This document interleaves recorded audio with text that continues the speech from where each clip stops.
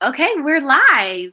Thank you for joining us, Dawn. I really appreciate you coming to talk to us and educate us, obviously, all the time about entrepreneurship, specifically about ownership and how, we as a community can come together to really, help push that agenda and really talk about generational wealth and, what are some of the options that, we can put into motion that will really help us, not only us, but our community as well, and our kids, kids, and things like that.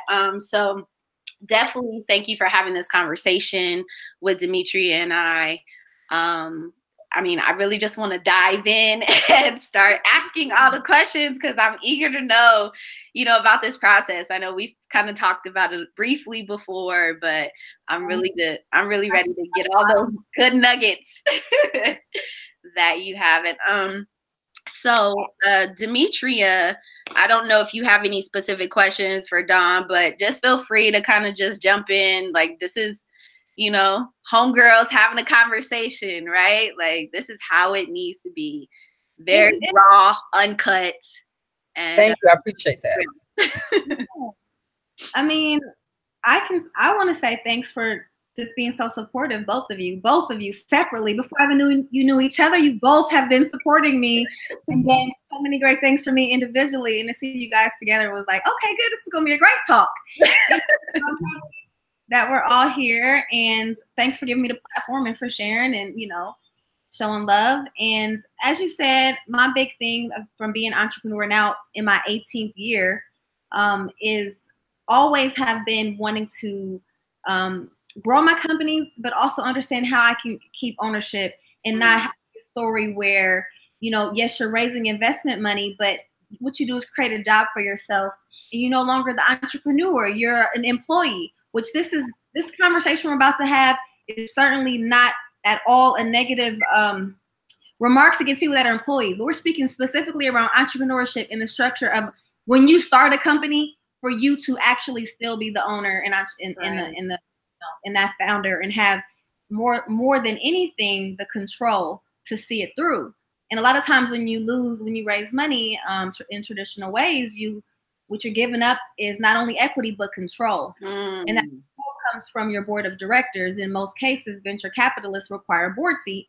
And that board seat will then allow them to vote on things and insert themselves into decision-making that controls the company as a safeguard. And of course, watching over their money.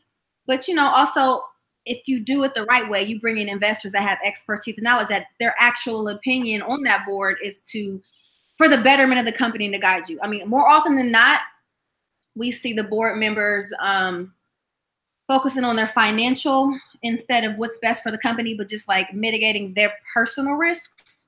And sometimes that will go away from help prevent the entrepreneur from seeing their vision through because they no longer have to do so. Right. And so I didn't want that to happen to me because what I'm working on with PopCom is very hard. And it's not, you can't predict how long it's going to take. And not like it's an app or it's not like it's software that has been in the market before and you can kind of predict that, all right, this is how long it takes and this is how you do this. This is a totally new thing. Like I literally invented this. So I wasn't sure. Yay for inventions. Yes, for IP. I have 2 patents pending. One is a design patent on my hardware and the other is a utility patent for the software system that I invented, but then I pay people to build it because again, I'm a non-technical founder. I did go to school for IT.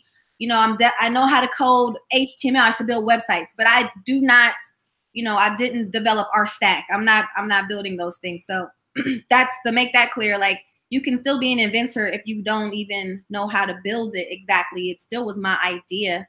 Right. So I went and got my patent, and then I had people build what I spelled out, and But I say all that to say I worked hard for that and I want it, but I don't know how fast I can do it.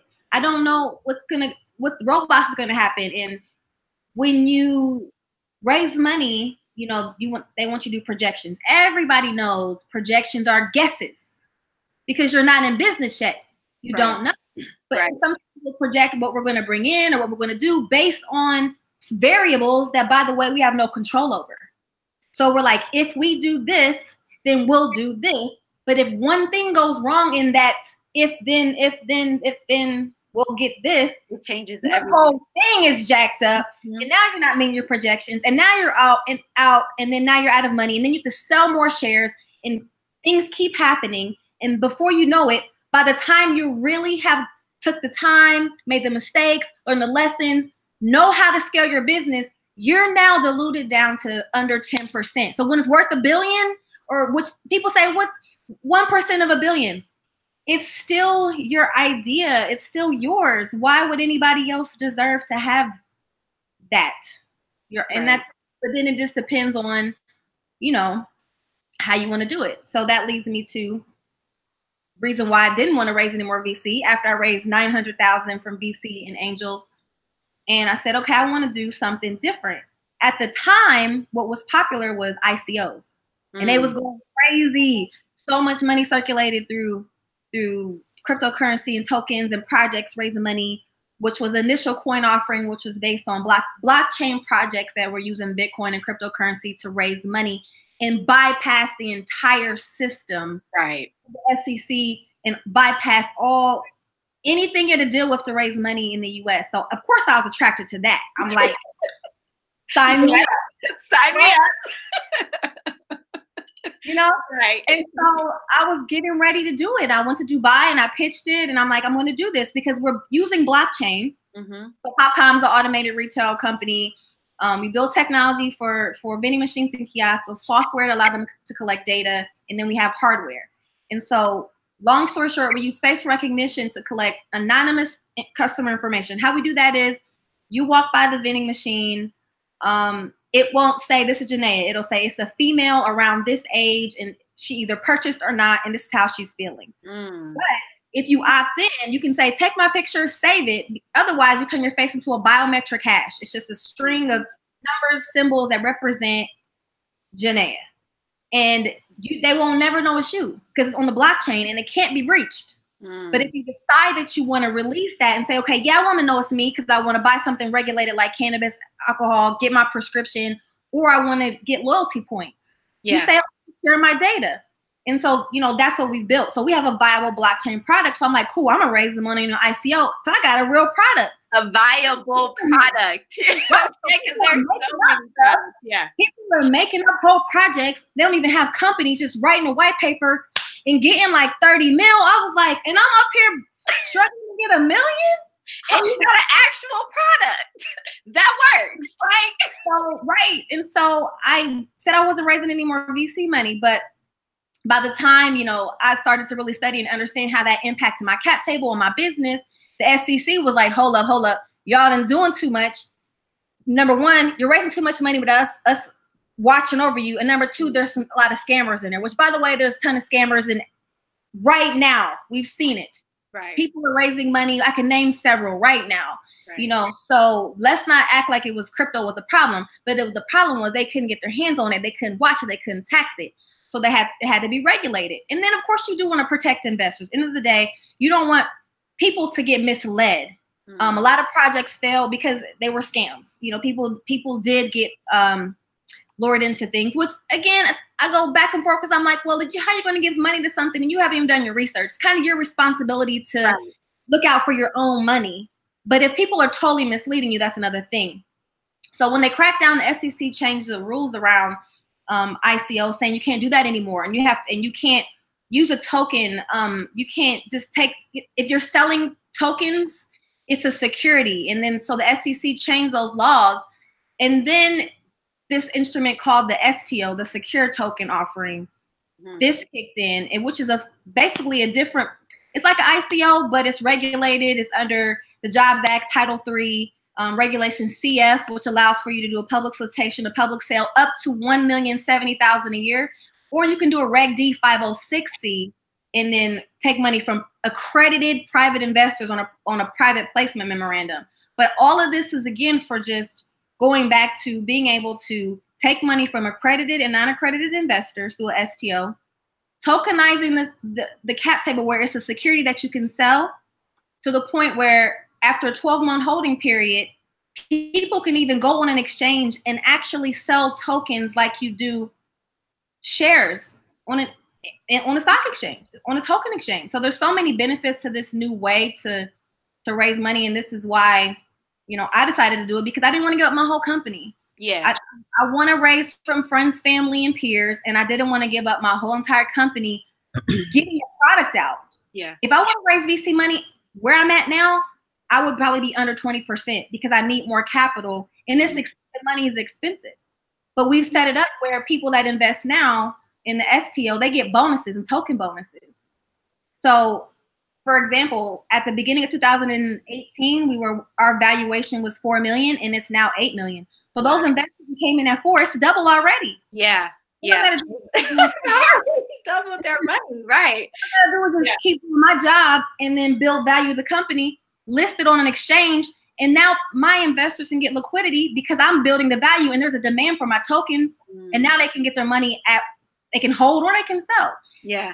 I want that kind of freedom, because some people, your friends and family, they may have 5,000 to drop in something, but they're going to need it back in a few years. Yeah. They may be able to hold for 10 years like a VC. A VC investment is a 10-year span. That's that return on those funds. Of course, you want to exit early, but reality is it takes about 7 to 10 years to kind of get an exit. That's where it's at.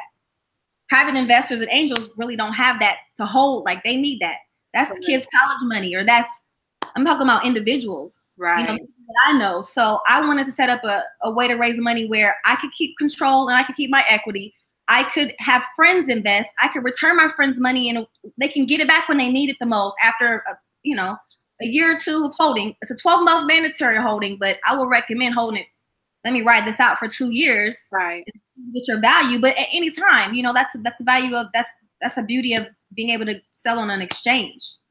Value changes all the time. Right. So, so let's talk about a little bit more about, because I mean, you mentioned a couple of things, like obviously the dilution or having to sell shares, the cap table, and now, obviously we're doing this specifically because we're big advocates for ownership and generational wealth, which, I talked about a little bit earlier before. And so how important is what you're doing to that conversation, specifically because now you're giving people the opportunity, everyday people that are not accredited investors, who are actually non-accredited investors, but you're giving them the opportunity to get in at the ground level. So how important is it to pursuing generational wealth and,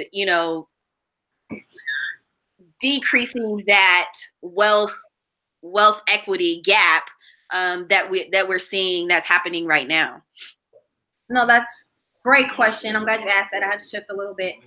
But so we all know that the way the wealthy get wealthy and increase their wealth exponentially and create generational wealth is through a couple different ways. Number one, inheriting it. Yes. Mm-hmm. But then, whatever you do get, being able to invest it in different opportunities and being able to invest in things at an early stage to get a large profit. It's a higher risk, but of course a higher reward. And how we've seen all these billionaires in the United States, 100 millionaires from making tech investments at early stage, like the Ashton Kutchers and many of the celebrities and already high net worth individuals that invested in early stage tech companies. Even blacks have there's a lot of blacks in these early Uber rounds, Twitter rounds, that are Silicon Valley, but they were already accredited, which accredited means that you have $1 million net worth, or you have reported $200,000 on your federal income tax return for 2 consecutive years as an individual, or $300,000 as a couple. There's not a lot of people that where I come from in my family, my school, that are making that. Now they may be doing well and they make 6 figures and they're comfortable and they can certainly afford to invest in my company, but they are not allowed to because they're not accredited. Yeah. And that's the way that even though we have so many freedoms, so many rights, the way we're kept out of real wealth generation is not being able to get in on early deals and early investments, because it's like you can't invest with us type of mentality where you can't buy in on this until we already done 8-10 times. By the time they IPO, if you invest in a company and they IPO, you're on day one, you're good. Yeah. We're being able to invest. You're rich now. Yeah. The second I invest at the IPO price, these early stage investors they good. The second that there's an exit and, you know, they breaking up the shares, the preferred shares, those early investors, a lot of them are getting more than the founders. Yeah. At the end of and that's how the VC plays the game. That's why they're so good at it. That's why they make so much money, because they bet on the founders and they get that money, but it's not the founders getting that money. And it's not the founder's mother who took care of them, their partner, their family members, their auntie, their peers, their friends, because their friends couldn't get in on a deal. Right. When I did my round with Techstars, was as my lead, and I had raised up several VCs, I couldn't go to an unaccredited angel and take money from them. They can't be in a round with Techstars and those VCs. You can't do that. So now with crowdfunding, the first thing they did with crowdfunding was allow you to pre-sell products. Of course, you were crowdfunding to sell products. You would raise money for the product, and then you have to put it out. The equity crowdfunding changed the game, because now you can raise money from anybody. There are limitations. It's, like I said, $1,070,000 per 12-month calendar year.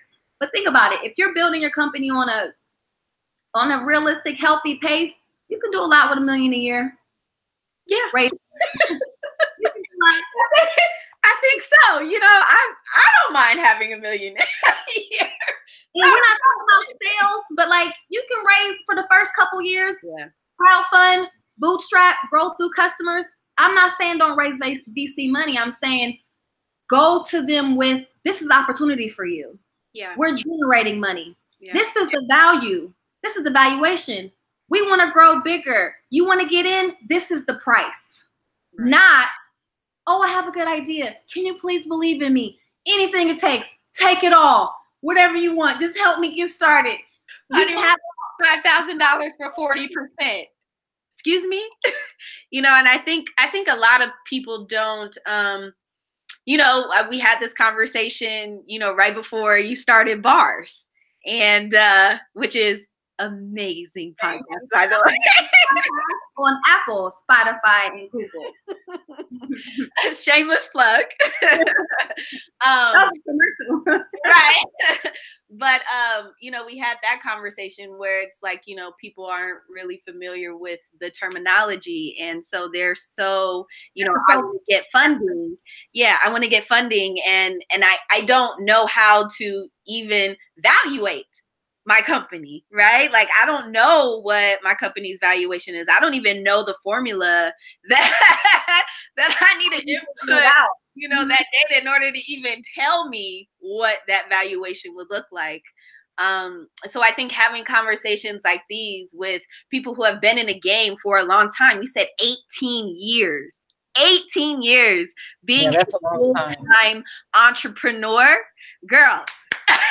Okay. Yes. I'm still alive.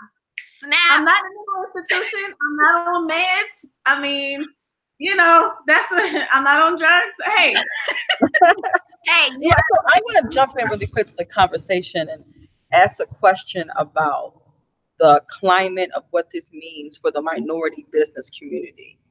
Also, often we all know that access to capital has been the #1 barrier for, you know, African American, Hispanic, Native American, you know, veteran and women-owned businesses. But in particular, when it comes to African American-owned businesses, we see that a lot of them are focused on VC money because of the barrier of access to capital.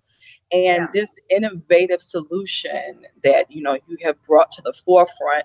For one, my first kind of question is, you know, how do you think this would change the game for many aspiring minority entrepreneurs or women of color? And two, you know, you have become this national spokesperson to say, look, while everyone's running around trying to, you know, raise all this money, you need to really take a step back and look how it's going to impact your business. So why do you think those two issues have become so important recently? Thank you for that. First of all, yes. And that's how I feel. And I think it's because Only because I got into it. I was like everybody else. I wanted to raise the VC money. That's what it looked like. That we felt like outsiders. I always compare it very much so to the way segregation was in the communities in general. It's a mirror of the situation. You wouldn't really be in there so bad, but when you realize the collective economic impact that we have as a community, of course, a lot of our wealth is not spent in our community. It's spent outside of it.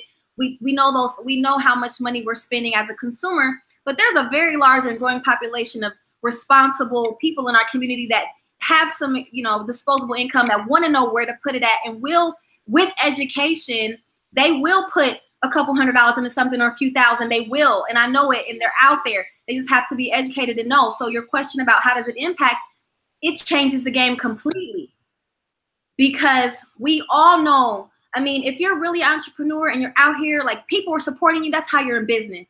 You know somebody that believes you enough to put some money in, but they only might have 500, but they want to give it to you. In the past, when I was raising money, the minimum investment for my round was 10,000. People came up to me and said, angels was like, can I do 5? I couldn't even take $5,000. Wow. I mean, what? Like, what? So it's like now anybody has the opportunity to invest. Your friends, your family, and know that they're safe. Because the thing is, in the past, which thank God for my father, he invested in my first business. I wrote a business plan. He gave me $10,000, and that helped me get my business started. And I had to I had a contract, probably got it off a Rocket Lawyer or something. Who knows? This is in 2001. It wasn't even probably a Rocket Lawyer. I probably got a template, but he just trusted me. But in order to go get a lot of angel money, you have to have lawyers involved for yourself as a business. And then the investor, which is normally a person that's working, they got some money, they want to help invest, but they don't want to get burned because they need that money. They do need it, but they got it to put aside.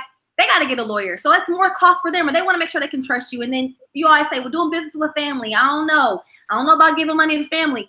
Well, when you do these type of campaigns in a legal way with the, according to the SEC law, and you file your paperwork, you get on a platform like Start Engine or Republic, they do all the work for you. They do the legal work. They do the work to protect your investors. So now all you got to do is just talk about it, and then your friend, family, investor, whoever, they go to the page, they get all the law stuff. They have a legal body representing them. They can talk to lawyers and, through the Start Engine. And so now they're secure. So now it's like a real legit, secure, verified transaction, instead of saying, oh, I have an idea. Can you give me $1,000? I'm going to lay it out for you. I'm going to lay it all the way out for you. And so the work is done for them. So the education, Demetria, to answer your question, getting the education out there to now let people understand how legally they can raise money. A lot of these entrepreneurs are taking money on docs they don't understand. They don't understand SEC regulations. They don't understand that every single dollar you take for your company must be reported to the SEC. You have to report that money. It has to be reported that you got investment. This is not just on the side. So a lot of us are operating not in a legal way to scale. So I'm hoping that, even using this type of platform will help them get set up the right way, because the paperwork is done.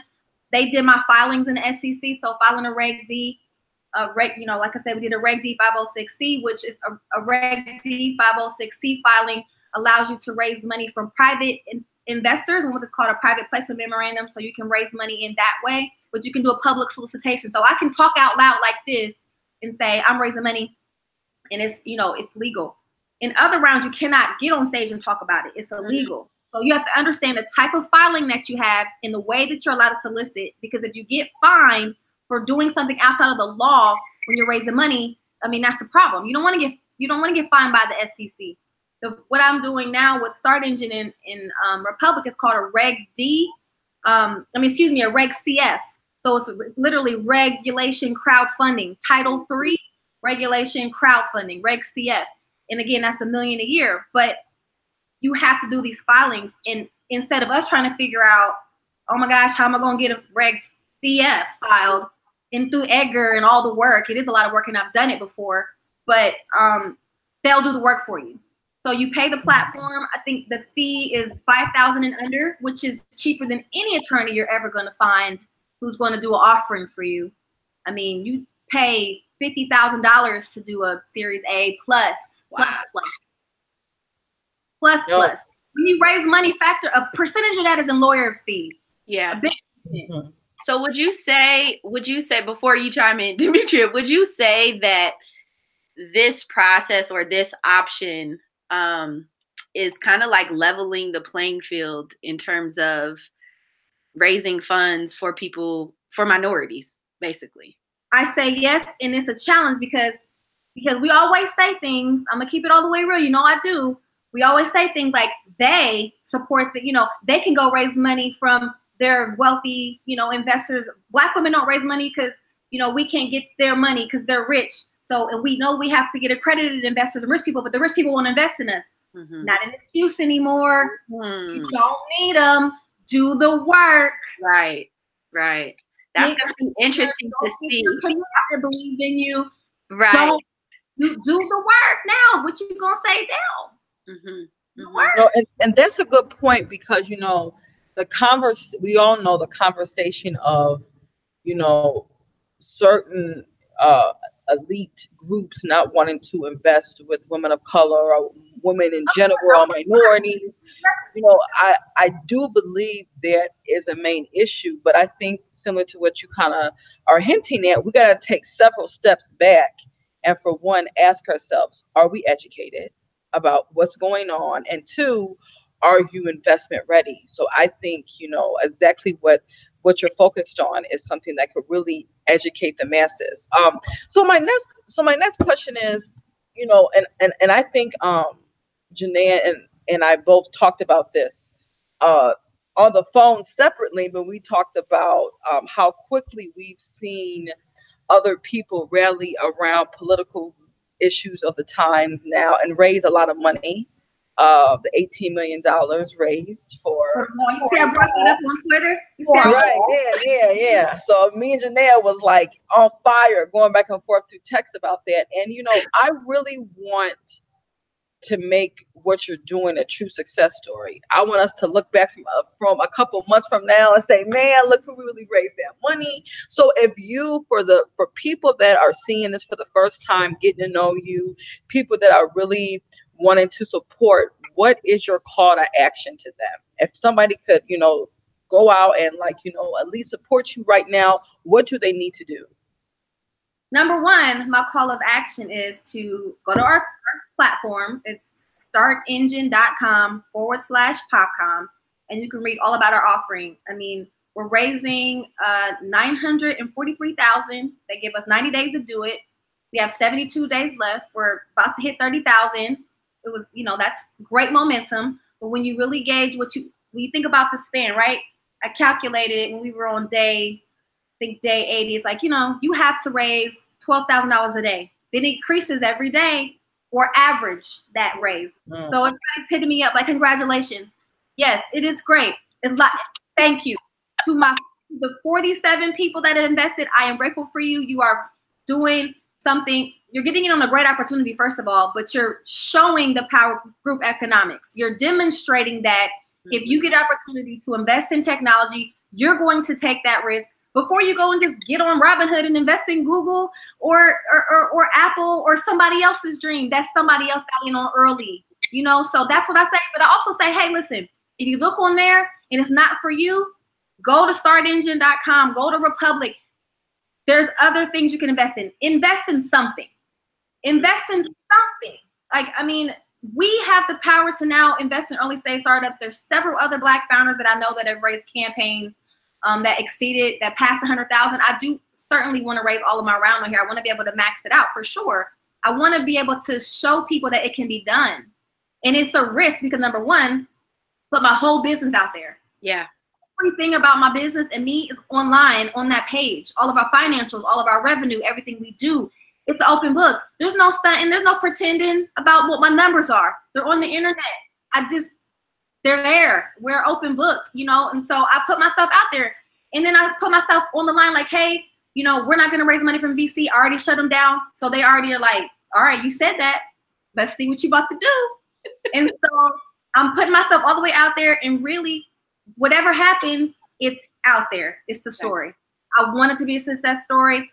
but I know for a fact there's a greater calling on my life. And, you know, that's where bars came from, was just to educate people. And we are the first people who look like us. My peer group in this group of people, you know, started out with a lot of the pioneers in San Francisco, but it's still, we're in the same group, like how rap was. We're doing things that never been done before. And so we have to create the roadmap. We have to show the blueprint. We have to educate people on how to follow this, because these Black people closing these huge rounds, this ain't never happened before. Mm-hmm. This is history. We don't know what the story ends. We don't know. We're seeing some things now. There's closing, there's been companies gone, shut down. There's been some acquisitions, there's been some buyouts. This is our Black tech story. I want it to be where this law changes the game. We take our control and ownership. Our community begins to profit when these companies get big IPOs, when these companies are increasing their valuations. People are investing in Black tech as a community again. That's what I would like to see happen from this. That's my charge. And one thing, well, I'll add on something to that. I think, you know, you're being so transparent and vulnerable, right? And there's so much strength in that, right? And so I think putting that out there gives people a little bit more comfort in knowing, like, you know, she's not going to screw me over, right? You know, they've seen your story, they've been able to follow it. And so for me, even if I never knew you, but I saw online, like, everything that you've been doing, I'm like, oh yeah, you can have my money. Cause I know, like, you're going to do something good with it, right? Something's going to happen around here. There's a lot of companies out there that are, you know, asking people for monies and don't even have contracts yet. Like, don't have letters of intent, but they're still asking for people's money, and they're still getting it. Right. But for you to already have that success, like you have a contract with Samsung or partnership, and like all of these companies who are big in their industry are showing, you know, confidence in you and in your technology and your product. And so, yeah, I want to invest in that too. Like, if you're telling me like Samsung is really going to jump on board, like, hands down, like, let me get in when I can, which is at the ground, which we've never been able to do before. Never. Because I'm not an accredited investor, you know, yet.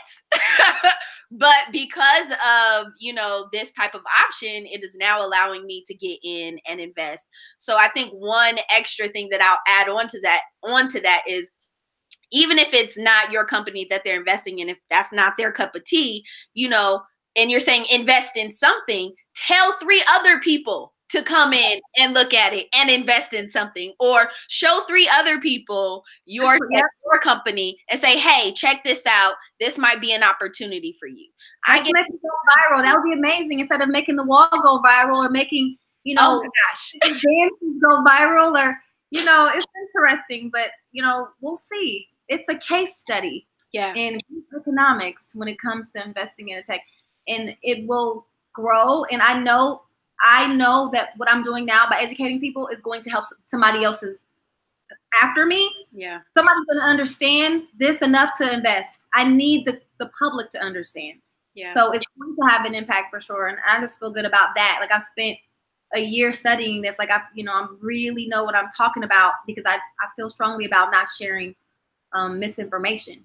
I really wanted everything that I say actually be actionable for people to go do something and apply it, and not just say, oh, look what I did, look at me. No, I'm gonna show you how I did it, and then you got to go do it. Now you don't have excuse. I just don't want to hear no more excuses. Right. No, and I think a lot of people who are, I would say, of the elite, right? I've seen it more. Obviously, I've seen it more with you. I've seen it with Brian, really giving people the game and really showing them, like, hey, you know, you see my success, but sit down and let me show you step by step how I did it. And it's hard. Man, it is. But I mean, but even giving up that time, right? That's an investment back into the community. And I think we need to stop looking at investment from just a financial aspect, right? Time, human capital. I mean, I think these are some of the most important resources that we can even give, you know, in our community and within our peer group as well. And especially when we're talking about building and helping, you know, our economy and things like that. But one thing I will say before we go is that you're already a success, right? You're like, I want to be a success story. No, you are a success story, right? You've hit your goals, like, and your success is dependent on what you deem to be successful. And I think like once you reach the goals that you've set, you're successful. And so the fact that you're here right now, being able to share what you've gone through with this process, like that's a success in itself, because nobody else has been able to do that as of yet. And so, like you said, you're really paving the way, and just thank you for that. Like, I think that that's so awesome, and I really can't wait to see what the future holds. And we're gonna celebrate when we raise all of this 934,000. Is that what you said? Okay, 43,000. Okay. And you know what makes me so motivated about it? I just feel like, come on, y'all. It's only like, I don't want to say only 940,000, but I kind of want to say like it's only 940,000. Like, we're gonna need y'all to go in your pockets, get the money out, and support like innovation and like a woman of color doing it. Like, so when I hear the number, I'm like, man, that ain't nothing. We can do that, you know. So that's why that's what makes me feel so ambitious about it. Like, come on, y'all. So we really hope that $18 million. Like, they raised $18 million. And I don't even know what it's at right now. They raised $18 million. Not even for a business. Like, what return on investment is that? Is this donation? Yeah, it's just a but it shows you the power of what people can do when they believe in something collectively. Believe, yes. I'm not even mad at them, because the politics going to play themselves out. Yeah. I'm just saying the power of people when they come together and they believe in something. Yeah. Let's do it. Oh, phenomenal. Like, listen, if we can raise 18 million, if they can raise 18 million, we can raise 940,000. Raise $940,000 for everybody. We can raise that much for all the companies. Yeah. Yeah. If we can buy every Jordan, if we can buy all the Yeezys, if we can sell out all the movies, if we can support Black Panther the way that we did. Oh, yes. Yeah. We doing it. That's true. Let's support all the companies. I mean, of course, I want me, right? But I want everybody. I really do. Like, I'm rooting for everybody. I mean that. Everybody wins. Everybody eats. I want us to have ownership. We can be these tech billionaires doing our thing, and it's our money. We exiting. Of course, the investors get to exit. Of course, they get good money back, but we get to see the fruits of our labor. It's important, because your ambition towards collective investment is genuine.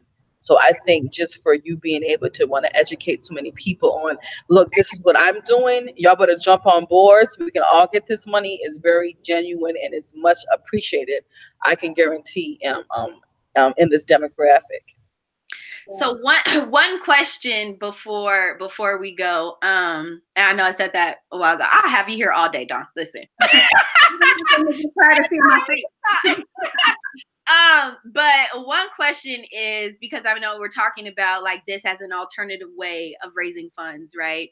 And saying like, hey, you know, if you go this route, you get to keep ownership of your company. So, you know, what I guess, what does that look like in terms like of a cap table? Because you're doing crowdfunding, so now basically all of these people are coming on, and so are we saying like we're putting all these people on a cap table, or is it but they don't have any equity? Like what is the difference? I guess that's the question that I'm asking. What is the difference, and how is that better?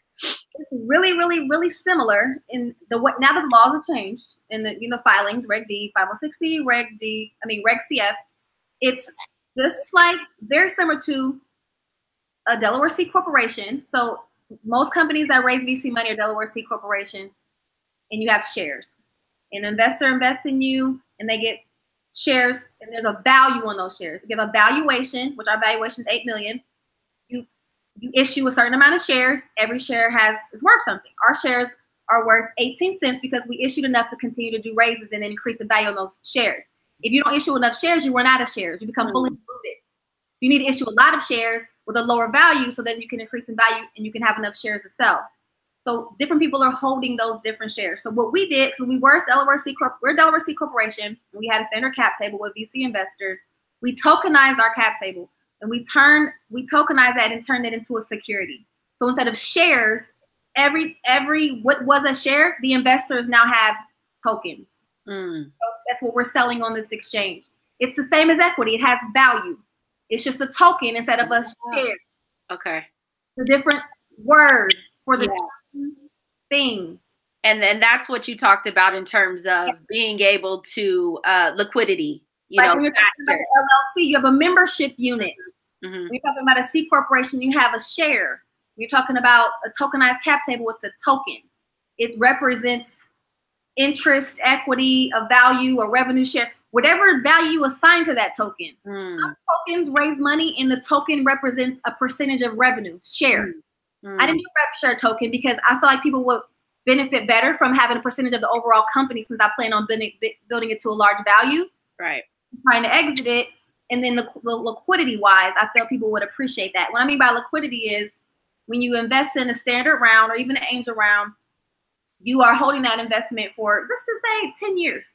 I mean, or let's say exit early, be acquired or go IPO, which is rare, but it could happen. You're holding that until what is called is it's an exit event, but there's an actual word for it. But anyway, some kind of exit event where the company is changing hands, you get your money back. But you can't just go to be like, Dawn, I know I invested in PopCom like back when I started in 2012. I need my money back.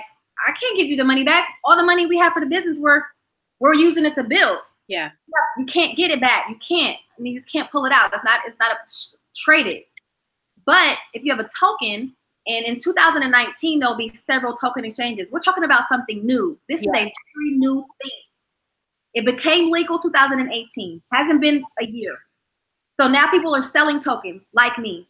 At the same time, companies are racing to put a token exchange on the market, like the New York Stock Exchange, NASDAQ, and the many other exchanges that have stock.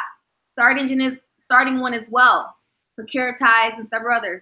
I went with Start Engine because they were the first company allowed to do ICOs through SEC, and they're going to be one of the first exchanges to sell tokens. Start Engine is issuing my tokens, meaning they are creating the tokens. They have to be mined, and then they have to get issued. So like you have a wallet, instead of me sending you a certificate of stock, you're on the cap table, but stock certificate to people, and that's what they do. You get a token in your wallet. The exchange goes live. I do my job. I build the value. You want to get out, you go just trade them. You get your cash. That's the difference. Wow. So if anything were to ever happen, like your money is not literally it's not tied up. When startups close, it's gone. I mean, you can't get out. Yeah. Out. Or if they're doing good and you're like, oh, I see y'all killing it. Y'all valuation and W doing a Series B? You value 120 now, let me out. Nah, we need that. Yeah. Wow. We get to keep our cash. We not out here buying out investors. But if investor wants out, sell your shares. Yeah. Sell your shares. If I want my shares back, I'll go buy them back. Yeah. Yeah. No, I think this is definitely very unique, but then also like, wow.